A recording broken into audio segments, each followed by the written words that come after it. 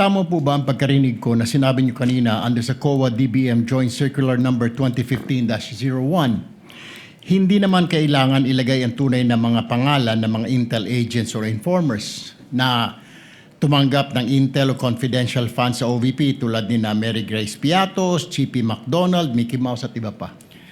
Is this correct? Ang sinabi ko po, Your Honor, ay silent po yung circular as to that matter po. Silent. So po pwede. Kung when we say kasi silent, pwede. Hindi po, Your Honor. It is neither Hindi rin. allowed nor prohibited Okay. po. So, if this is not allowed or prohibited, bakit nang i-audit po ninyo ang confidential intelligence fund po ng OVP, hindi ninyo hiningi ang tunay na mga pagkakilanlan ni na Piatos, McDonald, Mickey Mouse at iba pa? Katulad nga po nung sinabi ko sa sa aking previous testimony, ang focus po ng audit namin ay compliance audit. So, kung ano po yung provision ng circular, yun po yung ginagawa naming basis for our audit po. Okay, compliance. When you say compliance, ito po ba periodic or random?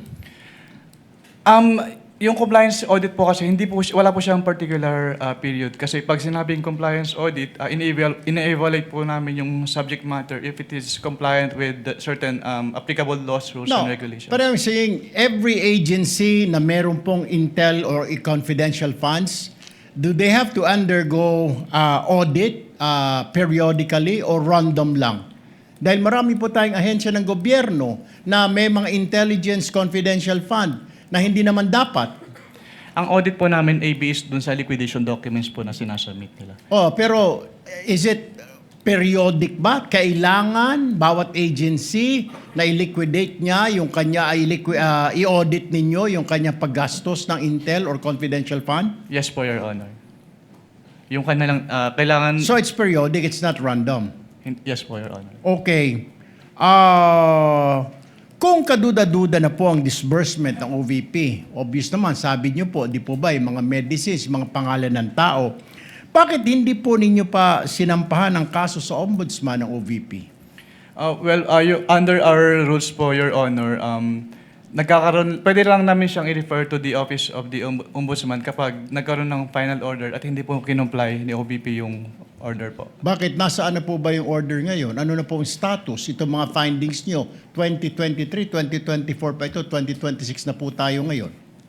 Wala po akong personal knowledge about the status po since hindi na po ako connected sa ICFAO.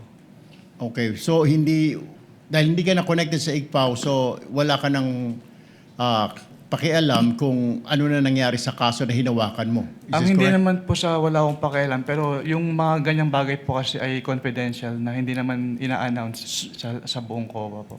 Ayun. So, ibig sabihin, hindi mo na alam at hindi mo rin alam kung bakit hindi kinasuhan or ni-refer sa ombudsman itong issue na ito. Yes po, Your Honor. Thank you very much, Mr. Presiding Officer.